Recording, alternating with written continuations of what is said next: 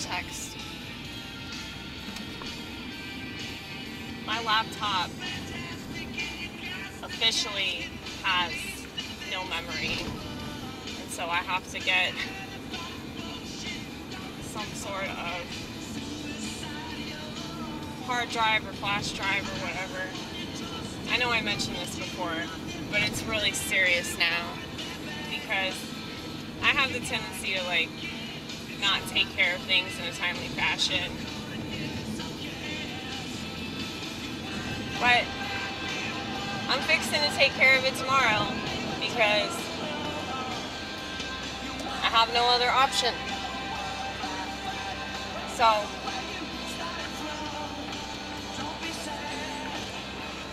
I've been noticing how much people are obsessing about the end of the world as of late because of different things that are going on right in time for our future selections. And I just find that interesting, you know? The timing is always on point. Now, many people that are stuck in their little narratives will be convinced that I'm just stupid and ignorant and I need to like reread the book of Revelations and all that. But I promise you I've read it. I've read it quite a few times actually. And I've read different biblical prophecies. And I also know not too much, but enough about the code that the powers that be are using to do everything that they're doing. Okay? And I know that I've mentioned this before, but there's a reason why people that know about this aren't very popular, because it really is like the conspiracy that ties all of them together. And it really puts to bed all these notions of the end of the world, as well as any possibility that we have any say in what these powers that be do, okay? All that we really have a say in is what we do and how we live our lives. And I think that Jesus, if we are to truly know him, it's not in obsessing about when he's going to return, if that's even going to happen, but the fact that he's with us all the time. And if we have God's love in our heart, it's going to make us not want to be divisive and spiteful towards people, as tempting as that might be, because people are just very clueless. And somebody accused me of being clueless because I guess they think that I don't know that the Bible has been completely corrupted. They've all been corrupted, sweetheart. They've all been corrupted. But that doesn't mean that there's no truth in it. It just means that we probably shouldn't be obsessed with certain things and like how they're going to play out, because I feel like that's a bit demonic, you know? I've gotten on to friends of mine about that. And I understand, especially with, you know, Protestants, not to knock Protestants, because it's just too easy. So I don't want to be that lazy of a comic. But it's like, all y'all have is the scripture that was given to you by the church, like the Holy Mother Church, you know? But don't think I don't know that that's fucked, okay? The Orthodoxy doesn't focus on heaven and hell. We don't focus on Jesus coming back. We don't focus on prophecies. We don't focus on eternal damnation and shit. We don't want to do that. Because It's very unhealthy. And if you do that shit, Satan, or whatever the fuck you want to call that son of a bitch, he wins, you know?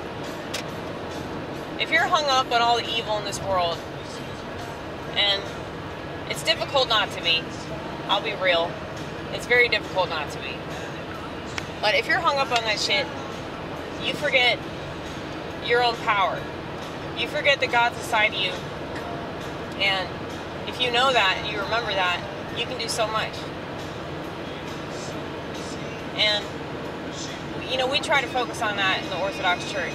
I've not heard one person in my parish talk about the end of the world. So, I'm not trying to convince everybody to become Orthodox, but I'm just saying, like, that's why I go. Because there's no fear-mongering, no bullshit. You can say, well, it's all bullshit anyway. Honey, it's an energy. If you receive positive energy from doing something, keep fucking doing it. They're so obsessed with semantics, they forget the bigger picture.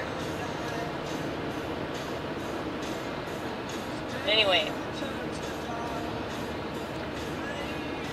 I left some comments on another video that was about, you know, prophecies and shit, and the comments were immediately taken down. And I wasn't saying anything hateful. I literally left a comment that said, the kingdom of heaven is within you. And that was immediately removed. Okay? So, holy shit, we're back to heavy traffic. Why does this happen? Why does this happen? I don't understand. Whenever I leave early, there's no traffic. Whenever I leave relatively on time, or possibly, maybe, most definitely late, then we have heavy traffic. It's okay.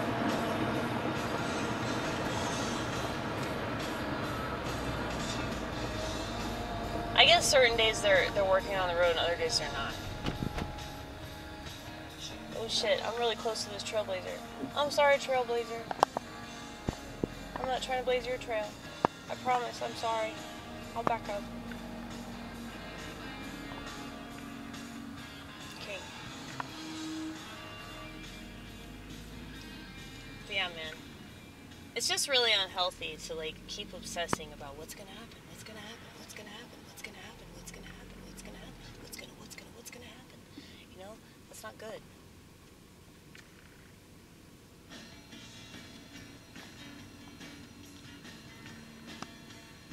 That's why I listen to so much music, because it raises my vibrational frequency, and I'm a lot happier.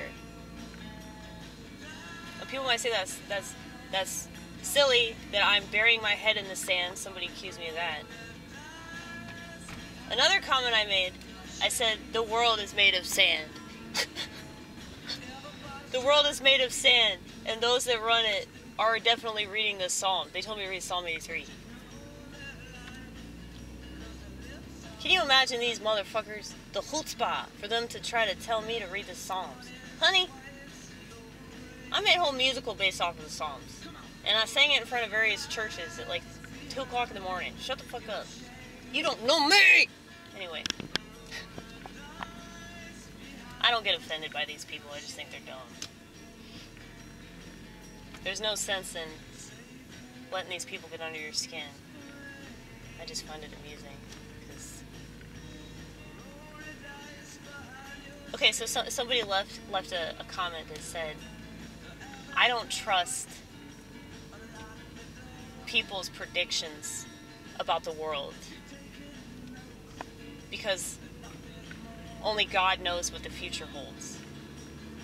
Like, and I was like, dude, that's the right idea. And all I said, dude, this is why I don't leave comments. Because this is all it takes, y'all. Just to let you know, this is all it takes. This was my response to this comment. All I said was, exactly, period. And then I get 10 fucking comments within like 5 minutes about how I don't know. I don't know the Bible. Fucking Protestants.